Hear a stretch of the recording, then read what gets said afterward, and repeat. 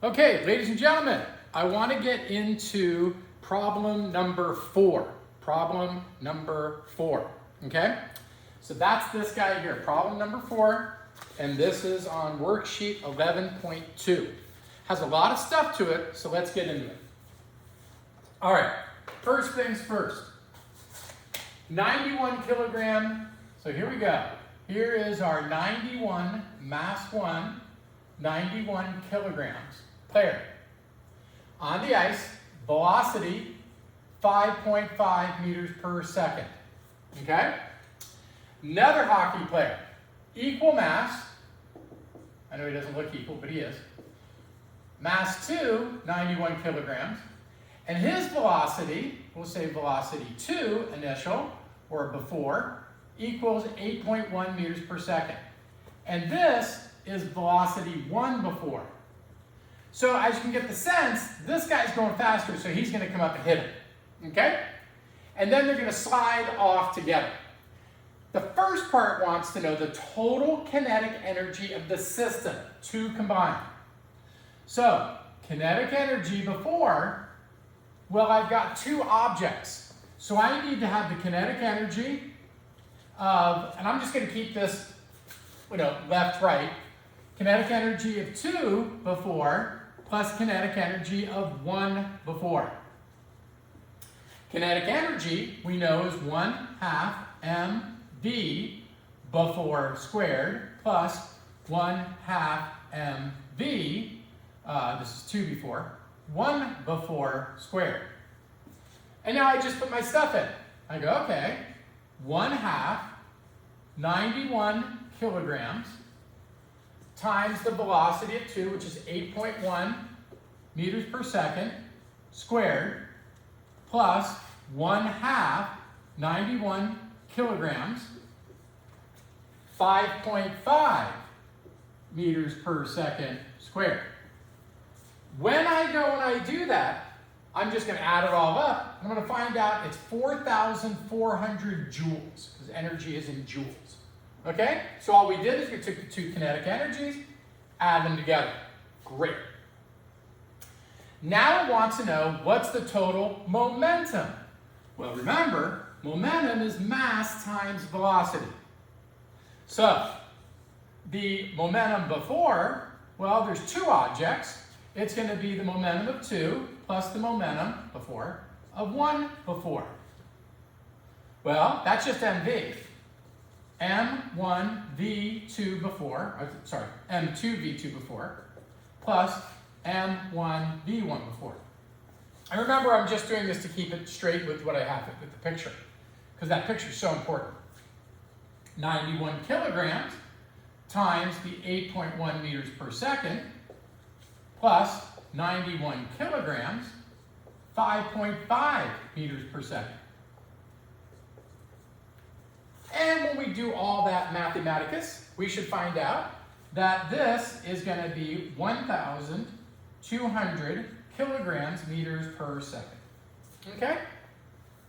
Now, if I want to know the velocity of the two afterwards, there's the law of conservation momentum, which always holds. So I use momentum to get that.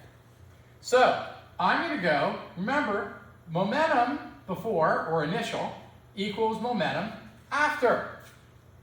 So you go, cool. That means that if it's 1,200, that's 1,200 kilograms meters per second. And what does that equal to? Well, in this guy that we have here, we realize that in the after situation, so here's the after, the two players are stuck together. Okay, in my mouth. So what does that mean? That means that the 1,200 kilograms meters per second, remember, they're stuck together.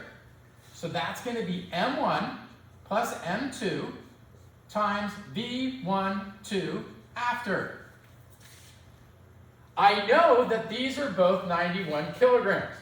So I'm going to get 1,200 kilograms meters per second equals, well, 91 and 91 is going to be 182 kilograms, v1, 2 after.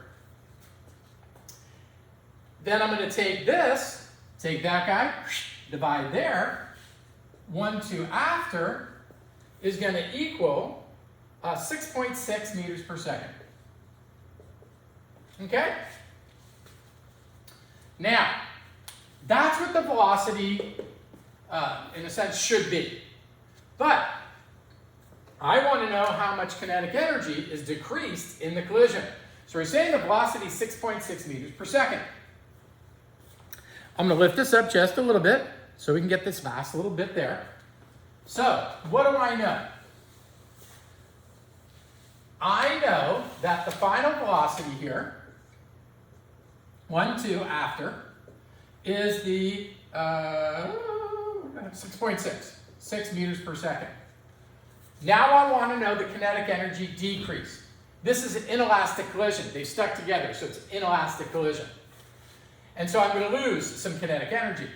So you go, okay, well, I can sit there and go that in this particular case, that the kinetic energy before, I'm saying, let me go back here. The kinetic energy final is going to be 1/2, okay, m1, remember they're stuck together, m2, velocity 1, 2 after squared.